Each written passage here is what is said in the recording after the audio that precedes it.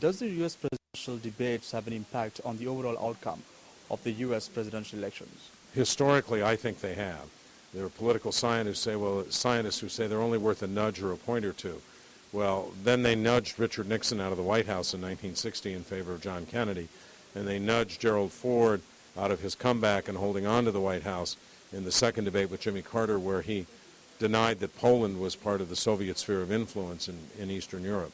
I think debates can have a very big impact. In 2004, John Kerry went in to the first debate on national security with Bush, and he was behind.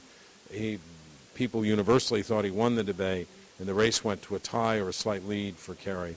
And if you changed 60,000 votes in Ohio, we'd still be writing books about how the debates determined the 2004 election.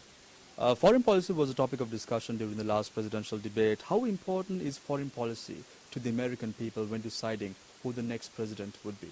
Economic issues are top of mind right now for people. That's their biggest concern. And then there are a whole set of issues around women's rights, immigration, what we call social issues. But you cannot be elected president of the United States unless people think that you are competent in foreign policy, that you can handle the unexpected crisis. And they also, I think, want a sense that you're responsible. That Ronald Reagan went to great lengths in his 1980 debate with Jimmy Carter to talk about how he cared about peace, how he hated war.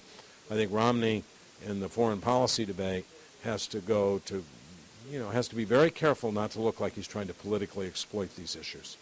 Polls indicate that both candidates are at a deadlock at this moment. What are the expectations of the American people? And tell me, whose policies look very promising at the moment?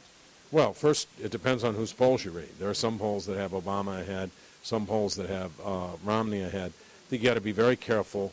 There are polls that are really good, and polls, I don't mean for one party or another, but polls that are methodologically very good, polls that are methodologically suspect.